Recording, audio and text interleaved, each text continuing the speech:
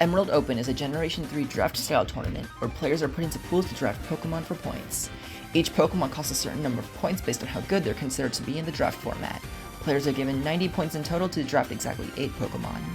The draft meta is quite unique compared to the Gen 3 OU metagame because you're not guaranteed to be fighting OU metagame dominating Pokémon such as Tyranitar, Skarmory, or Blissey, since they're limited to whoever drafts them. Some Pokémon are much better in drafts such as Raikou, who is UUBL in Gen 3 but one of 3 Pokémon to cost 18 points, the most expensive cost for a single Pokémon. I was fortunate enough to be second pick in the draft line, meaning that I would be guaranteed a pick of one of the 3 18-pointers, Salamence, Metagross, or Raikou. All 3 are extremely flexible in what sets they can run because of their incredible stats, move pools, and abilities. All 3 can also be used on almost any team style, whether you're looking for something offensive or more balanced. The first pick chose Salamence, which left me with either Raikou or Metagross. Raikou is a Pokemon that every team has to prepare for because of its insane speed, access to Calm Mind to boost its offense and defense, and its incredible offensive coverage with Stab, Thunderbolt, Crunch, and a hidden power of its choice. Despite all of these incredible traits, I find Raikou to be a rather linear Pokemon who will always be on everyone's radar, so that made me turn away from it. Metagross, on the other hand, is much more flexible with being able to attack on both physical and special sides, while also packing incredible defensive stats and the amazing Steel Psychic typing. Metagross can run defensive sets with Protector Toxic, become a sweeper with Agility, or pick up near guaranteed kills with Explosion. That's my extremely versatile first pick out of the way. After my pick, 12 Pokemon get drafted by other people before my next pick. Notable ones include the following: Celebi, who forms an incredible defensive core with Metagross and can also Swords Dance and Baton Pass to Metagross. Skarmory, the best Spikes user who forms an incredible physically defensive core with Metagross. Tyranitar, whose Sand is an incredible asset due to dealing permanent chip damage and stopping opponents from attempting Endure plus reversal strategies. Starmie, a bulky and fast water type that forms a solid defensive core with Metagross and can also rapid spin spikes away for it. Gengar, the best rapid spin blocker whose speed allows it to harass teams with coverage and status. And lastly, Swampert, a bulky water type and rock resist which would make my team extremely safe versus pretty much every physical threat, including major ones such as Dragon Dance Tyranitar and Aerodactyl. Even though these tools were gone, an incredible defensive Pokemon was left undrafted for 15 points, Blissey. Blissey is the ultimate special wall thanks to its incredible stats as well as access to the move Soft Boiled, granting it reliable recovery.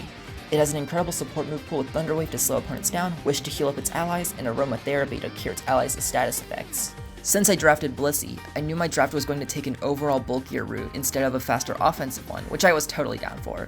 Blissey is like the ultimate counter to Raikou, so with this pick I'm no longer afraid of that mon.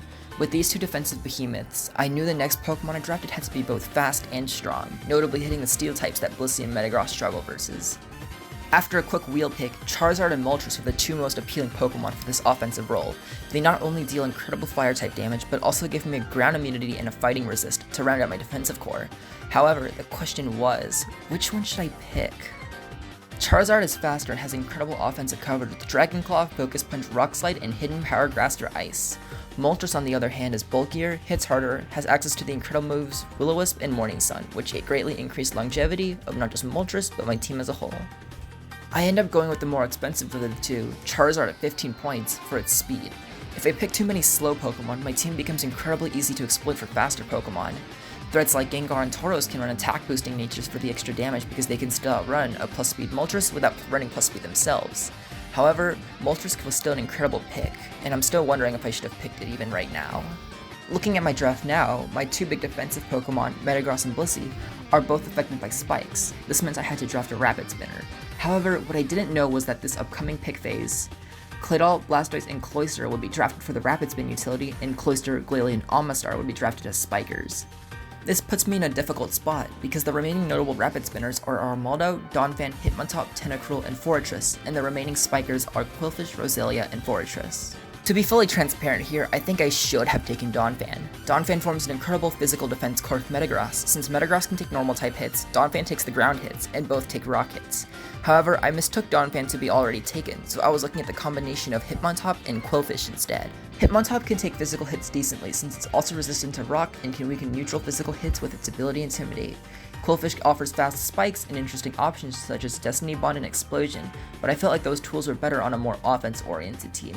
Picking up both of these Pokemon also meant that my draft would be quite weak to Earthquake, as my water type is weak to it, and my only immunity, Charizard, is 4 times weak to Rock, a common offensive pairing to Ground. So instead, I went with a weird route I thought had some really interesting ideas. My 4th pick would be Forretress, a 13-point Pokemon that can Roll Compress both Rapid Spin and Spikes. I'm not a big fan of Fortress and OU because it mandates pursuit support and is just a difficult Pokemon to use because of its move slots. 2 move slots are already taken up by the support move Spikes and Rapid Spin, and another often has to be taken up by either Earthquake or Counter to punish Magneton attempting to trap Fortress. However, in Draft, where you know the exact Pokemon your opponent has, I thought Fortress might be better because I can actually pick the 2 best moves to bring. 13 points for a Pokemon as finicky as Fortress doesn't feel great, but I'm hesitantly optimistic about this pick because instead of having to pick a Spinner with my 4th pick and then a Spiker on my 5th, it allowed me to pick up a Pokemon that I think is really cool after the wheel pick, the 13-point Gyarados. Gyarados has a ton of cool traits. Its abilities intimidate, allowing it to soften incoming physical blows, while its water flying type it makes it another Spikes immune alongside Charizard. Gyarados also has access to the incredible setup move Dragon Dance, allowing it to boost its speed and attack and sweep weakened teams. But the real reason I picked up Gyarados is specifically for its defensive synergy with Metagross and Blissey. Metagross is threatened by fire and ground type moves, which Gyarados takes with ease. Blissey is threatened by strong physical moves in general, but especially fighting type ones, which Gyarados not only intimidates but also resists. Gyarados is weak to rock and electric attacks, which Metagross and Blissey can take respectively. I think Fortress with Gyarados was a really sick call. I'm hoping I can show off just how cool Gyarados is on this team specifically. In my head, there are 2 main objectives with my draft at this point. Pick up something that helps versus the offensive rock types Aerodactyl and Tyranitar, and pick up a ghost type to block opposing Rapid Spin from removing my spikes. Notable Pokemon that got taken before me on this draft phase were the ghost types Banette and Dusclops, and the rock type resists Quagsire and Marowak. The number of good ghost types was also ticking, as the wheel would get 2 picks in a row after me. Their team would absolutely need a ghost type since they had the Spiker Quillfish alongside offensive monsters like Jolteon, Salamence, and Hariyama, so there's an incredibly high chance they would take another good ghost type with them if I passed up on a ghost this time. My hand was forced into making my 6th pick what I believe to be the best ghost type on the board at the moment, the 9-point Mistravus. Mistravus has so many cool things going for it. Its ability Levitate means that like Gengar, it's a spin blocker that hovers above spikes. Mistravus also gives my team another solid speed tier at base 85. Mistravus has a ton of other cool tools, such as Calm Mind to be an offensive threat, Pain Split for healing, Taunt to disrupt the opponent, Thunder Wave to slow things down for my team, and the infamous Mean Look plus Perish Song combination. With this, I'm able to forcibly remove awkward matchups for my team. After drafting Mistravus, I have 2 more picks to go with only 7 points left. I like my team, but I noticed 2 huge flaws. 1, I still have no backup rock resist that isn't weak to Earthquake, and 2, my team is horrified by electric types. I have no resists and 2 Pokemon just drop to stab Thunderbolt. Blissey is the special wall to end all special walls, but if it's the only Pokemon on my team that can take them on, it becomes significantly easier to punish and wear down. The issue I face now is this: there's not a single Pokemon that covers both of these issues that I can get with my remaining points. I was considering Whiscash despite its awful move pool and ability just because it was an okayish rock resist. But like the other rock resists currently available to me like Aggron, Golem, and Mawile, it has horrible exploitable flaws such as the 4x weakness and mediocre stats. Even if I pick up one of these 4, it just means that electric types absolutely devour my team after Blissey drops. I had no clue what to use my last 6 points on since I needed to spare 1 for my 8th pick. This is where LRXC came in and clutched up. After we talked a bit about potential ways I could maybe handle Aerodactyl with what little points I had left, he pointed out my huge electric weakness. I was extremely weak to specifically mixed electric attackers that can threaten Blissey with fighting moves such as Raichu, Electabuzz, and Ampharos. After looking through the few Pokemon available to me, it became clear what the best 6-point savior was for me: Blossom. The first thing Blossom does for my team is act as a backup electric tech for my team. Raikou can only run special moves that get amplified by Calm Mind, so Blissey's the best for handling that threat. Blossom's balanced bulk and electric resistance means that I can easily take on electrics whose best move into Blossom is unboosted, unstabbed, hidden power. Blossom also fills out my Fire Water Grass core between itself, Charizard, and Gyarados. Blossom's most important move is Leech Seed, a move that chips any non-grass opponent and heals whatever Pokemon is on the field. This allows Blossom to pass heals to other teammates, just like how Blissey does with Wish. Grass-type foes are immune to Leech Seed, but Blossom can just pivot out into Charizard or Gyarados, who threaten said grasses with super effective coverage.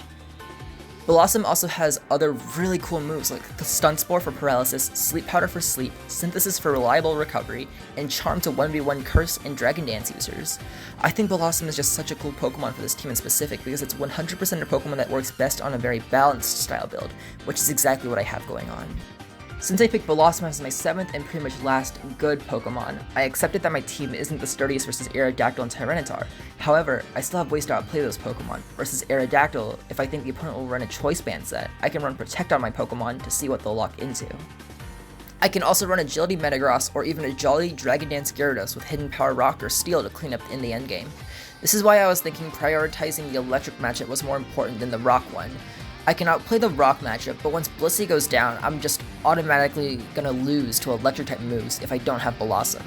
That being said, I have one more tool up my sleeve for Tyranitar in particular. My final pick worth exactly my last singular point, Machoke. While it's not all that great into Aerodactyl, it's really nice to have versus Tyranitar, who can almost never beat Machoke in a 1v1 due to its pure fighting typing and decent physical bulk.